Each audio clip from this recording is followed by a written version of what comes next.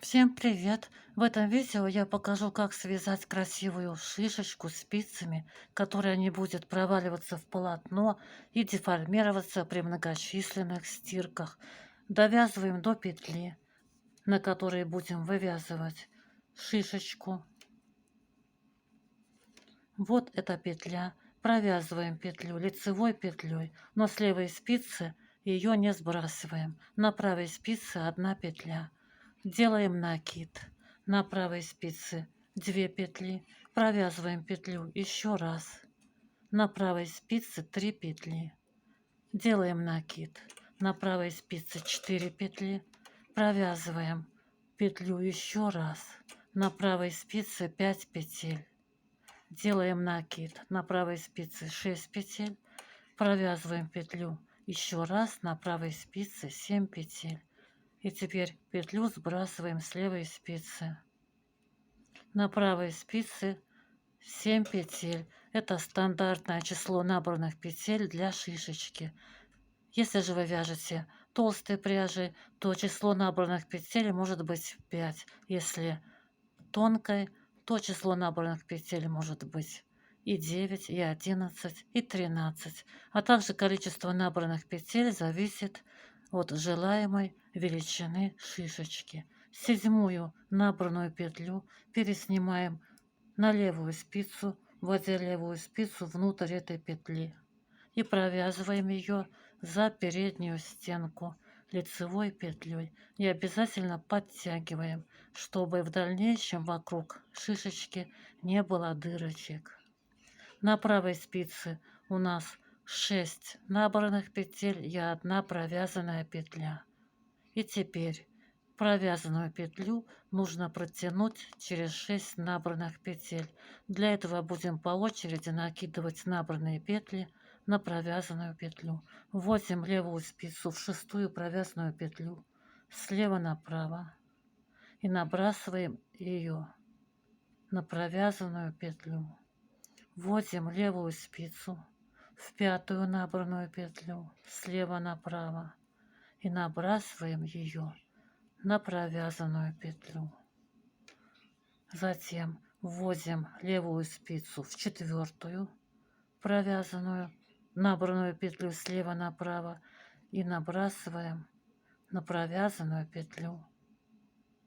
На этом этапе те петли, которые мы набросили на провязанную петлю, можно поправлять так, чтобы они лежали ровно друг к другу. Затем правую спицу вводим в третью набранную петлю слева направо и набрасываем ее на провязанную петлю. Следим, чтобы петли ложились друг на друга ровно. В следующую, во вторую набранную петлю вводим левую спицу и набрасываем ее на провязанную петлю. И последний раз вводим левую спицу в первую набранную петлю и набрасываем ее на провязанную петлю. Вот так у нас уже получается шишечка. На данном этапе можно еще раз поправить петельки, которые мы набросили на провязанную петлю. И теперь подтягиваем обязательно провязанную петлю, чтобы в дальнейшем у нас вокруг шишечки не было дырок. Переснимаем провязанную петлю на левую спицу и провязываем ее еще раз за заднюю стенку лицевой петлей. У нас сформировалась шишечка, и теперь нам нужно ее закрепить. Пальцем указательным левой руки надавливаем на шишечку, немного выводя ее вперед. Рабочая нить находится у нас слева от правой спицы на указательном пальце. Надавливаем на шишечку, слегка выводя ее вперед. Правую спицу сзади работы заводим за шишечку, под нее выводим спицу сзади наперед, из-под шишечки. И первую перемычку которая находится сразу под шишечкой, захватываем сверху вниз правой спицей и выводим эту перемычку на правую спицу. Вот у нас перемычка, а вот провязанная петля. И теперь перемычку протягиваем через провязанную петлю. То есть провязанную петлю набрасываем на перемычку. Подхватываем левой спицы провязанную петлю слева направо и набрасываем ее на перемычку. Подтягиваем полученную петлю. У нас получилась вот такая красивая шишечка, которая никогда не провалится в полотно и не будет деформироваться при многочисленных стирках.